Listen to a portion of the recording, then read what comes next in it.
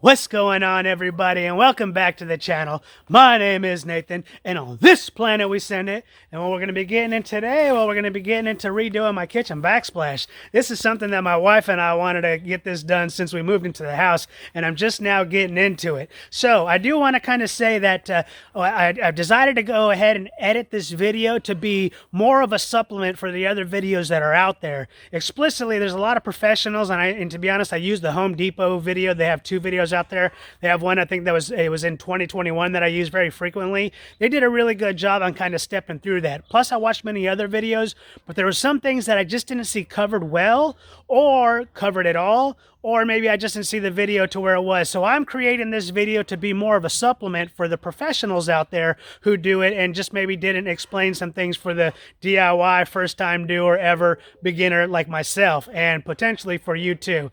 So I recommend that you just watch this video and kind of supplement it with some of the other videos that are out there to make sure that you know exactly how much risk you're getting into when you go ahead and decide to send it. All right, I got a plan in place. Let's go ahead and send it. All right, so the first step, what I'm going to do is take off the tiles. You can see I already did a little sample test, but this is currently what it looks like.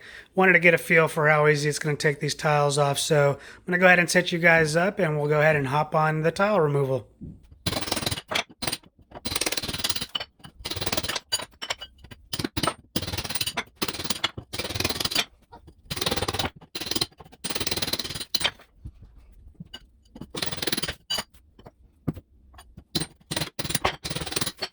All right, so I got a few more things to remove, like this phone cable wiring stuff, but I got all the tile removed, got all the fixtures, at least the plates removed.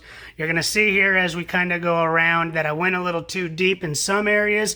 As a matter of fact, that was already like that. So what I'm gonna do is I'm gonna go get this board from Home Depot, and I'm going to purchase it and basically replace the back end of here where that's, has some pretty good damage in places like this, and then especially over here where it was just, at least I didn't have the right tool to get behind it well enough and to prevent that kind of damage, but it's all good. Home Depot has a specific board for laying tile. I forget the name of it, but I'm going to go ahead and pick that up, and then while I'm away, the family's going to clean up here and get some of these stains and oil grease off the back. So then it's just a matter of me coming in, cutting out the old, the stuff that needs to be removed, and then just replacing it with that board. All right, let me go get the parts, and then we'll send it.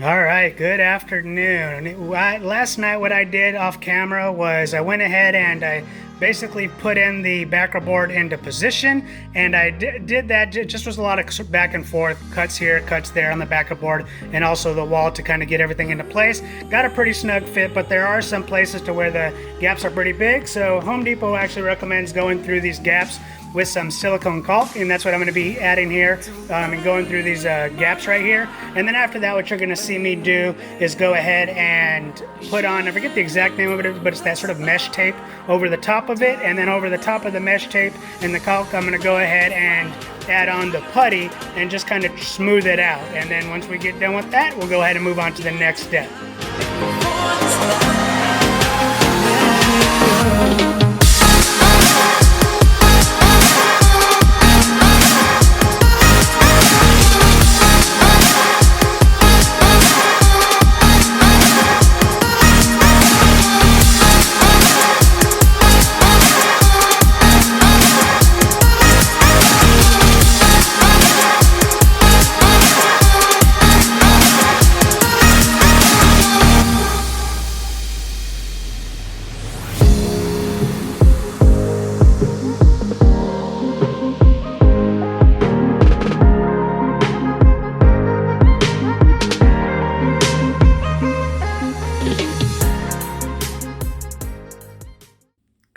afternoon. It is actually a couple of days later, and what I've done since the last video clip is you can see I went ahead and I did the mesh tape and the putty, and I would say this section over here, the backer board lined up very well with the original drywall, and so I really only had to kind of close up the gap there, which I did.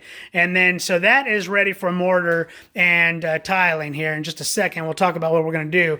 However, this section where I went ahead, I had to do a little bit more work because we had this metal piece over here that was sticking out and causing a pretty good lump. You can almost still see it just a little bit, but now this section's good for mortar and tile. At least good enough to lay the mortar on top so it all levels out. But I'm not going to be doing this quite yet, even for two reasons. Number one, this is the harder section because I got these two cutouts, but also because you can even see it filled up there.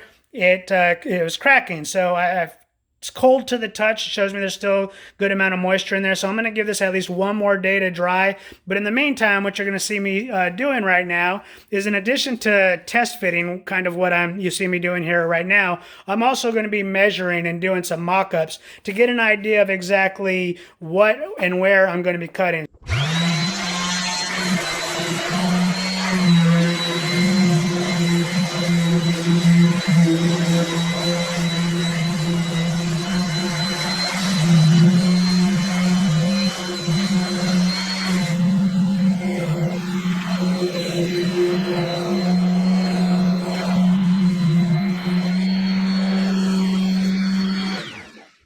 All right, so I'm just getting here towards the end of the project, and I just kind of want to discuss a few things and kind of show a few things that I basically learned along the way that either I didn't see highlighted too well, or at least maybe I just didn't see a video that highlighted it well enough for me.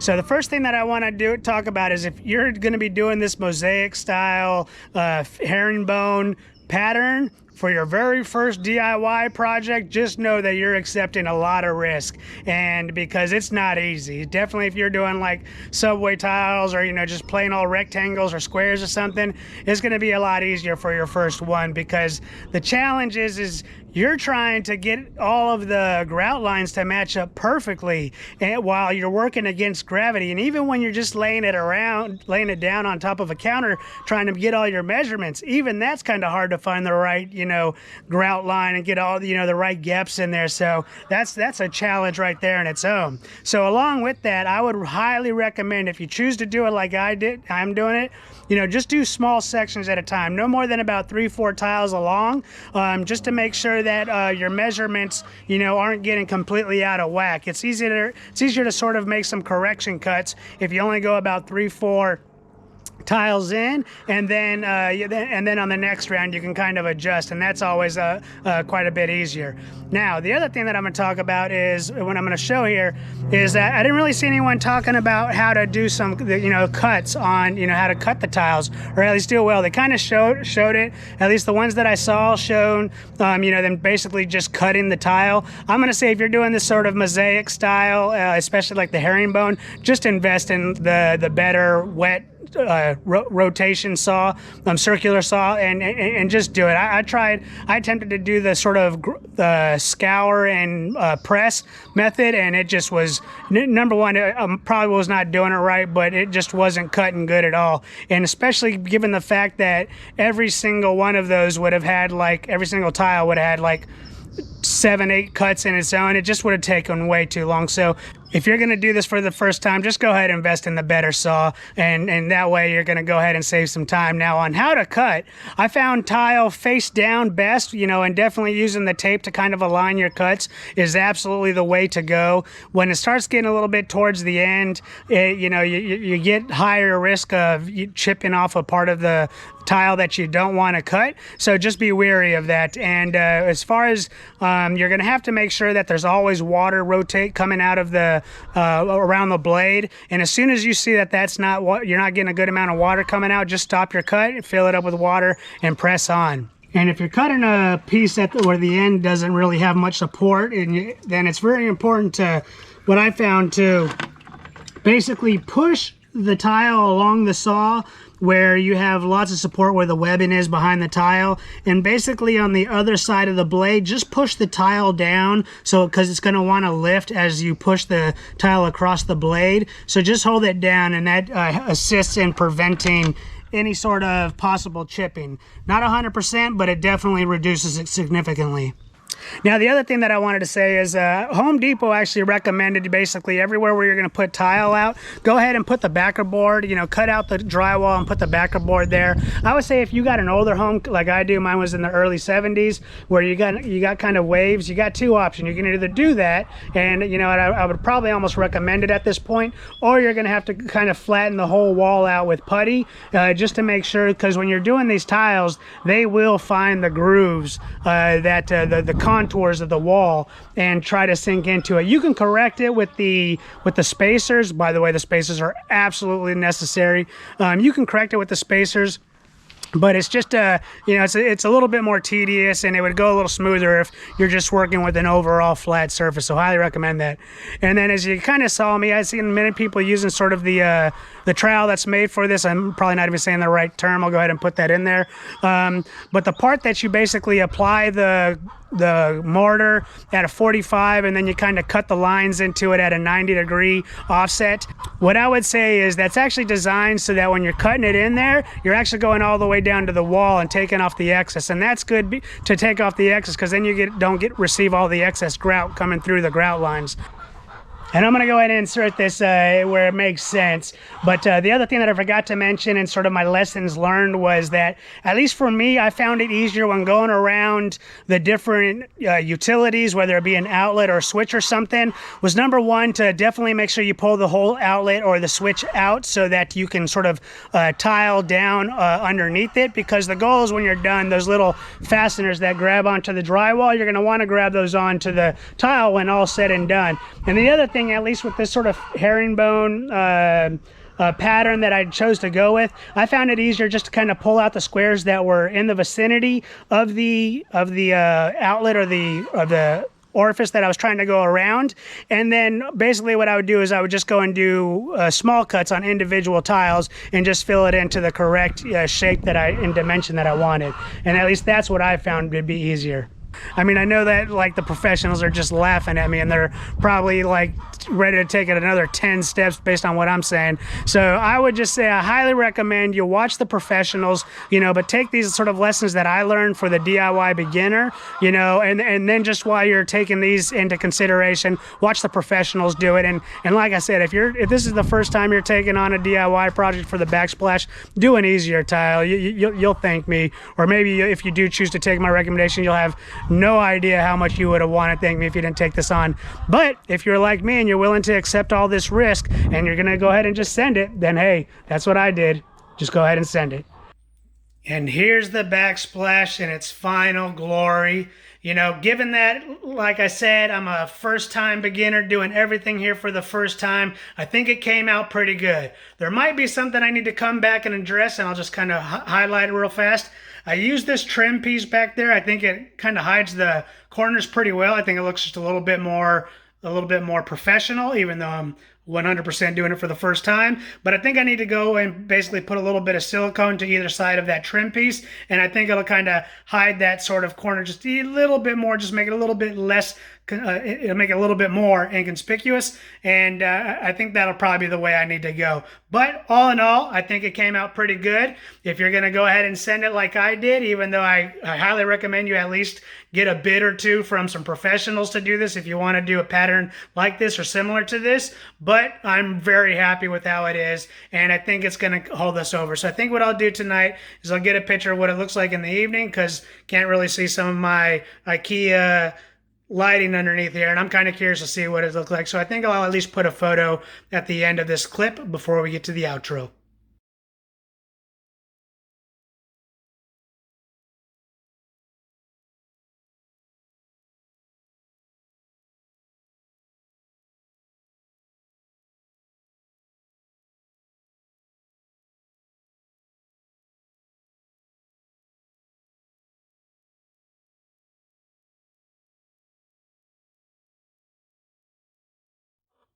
All right, that's going to go ahead and wrap up this video. And I do want to just kind of highlight, as you probably have noticed, my wife and I both agree that I got to get back at whitewashing the kitchen cabinets again, because once I get those all finished up, everything will look a little bit more uniform and look a lot more professional, or at least, a lot more clean. So that's going to be coming up. And all in on this project cost, with parts and equipment to include the $200 tile saw that I purchased, I'm right in at about $800. So not too bad. I didn't have too much backsplash to tile, but still, all in all, it was not too bad.